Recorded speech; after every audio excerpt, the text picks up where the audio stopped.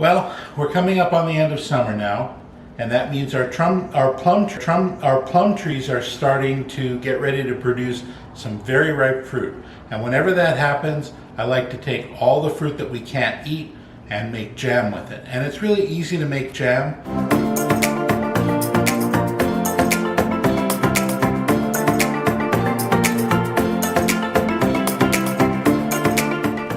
Use about a pound of the fruit to a cup of sugar.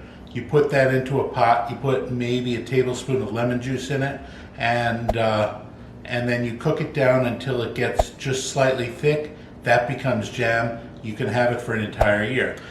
We are going to make a dessert that I have brought to the office many times. I'm constantly asked to bring it again, to make it again. People go crazy over this. And this is a recipe called Plum Bars. It's basically like a bar cookie, which has a crust on top and bottom and plum jam in the middle. You can do it with any kind of jam. I think Betty Crocker has a recipe where you can use that and you make a date paste and you make date bars. This is the same thing, but it uses a fruit jam, and I like to use a homemade fruit jam because it's not as sweet as other jams. And I'm going to show you how to make the plum bars. Believe me, you make this, you bring it to your office, you bring it to a party, people are going to go crazy and you'll get it requested over and over again. So let's get started on how to do this. We're going to start, you're supposed to have a cup of brown sugar. It looks like we are almost out of brown sugar. So I'm going to use as much of the brown sugar I've got as I can. And in case you don't know, brown sugar is no different from white sugar. Basically, brown sugar is white sugar packed with molasses. And so if you are out of brown sugar, you can make your own by putting in white sugar and molasses, and you can wind up with the same thing. To that, you wind up adding 1 full cup, which is a half a pound of butter. Put that in there. A cup of oats. I'm sorry, 1.5 cups of oats. By the way, this makes a good streusel topping if you like streusel toppings for pies or cobblers or anything like that. It doesn't have to be only used in this recipe.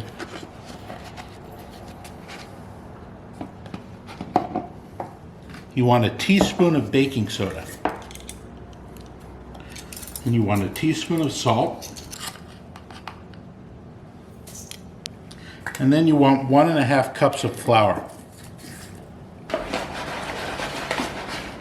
By the way, when you're measuring flour, you don't want to just scoop it out and pour it in. You want to make sure you level it first, just to make sure. If you don't do it this way, you're going to have more flour than you really need because it packs it in too much. So I'm using 1.5 cups of flour.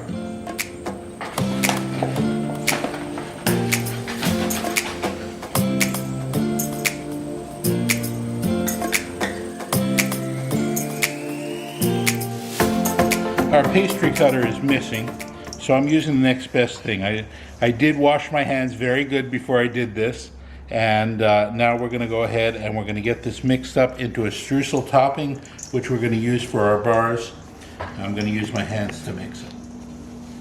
Okay, you take a baking dish. I've got a 9x13 here, that's about right here, and you spray it with non-stick cooking spray.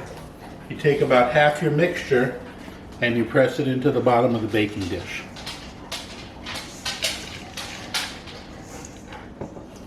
You want to make sure you use enough to cover the bottom, and you press it firm.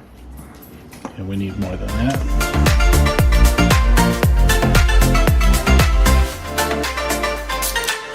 Okay, now you want to take 1.5 cups of your jam, and that is your filling for the plum bar. And you want to spread this evenly over the base.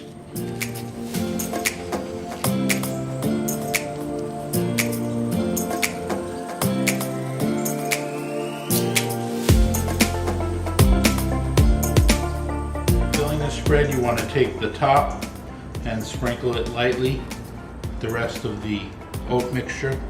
Sprinkle it over the top. You hopefully have enough left here so that it'll cover the whole thing.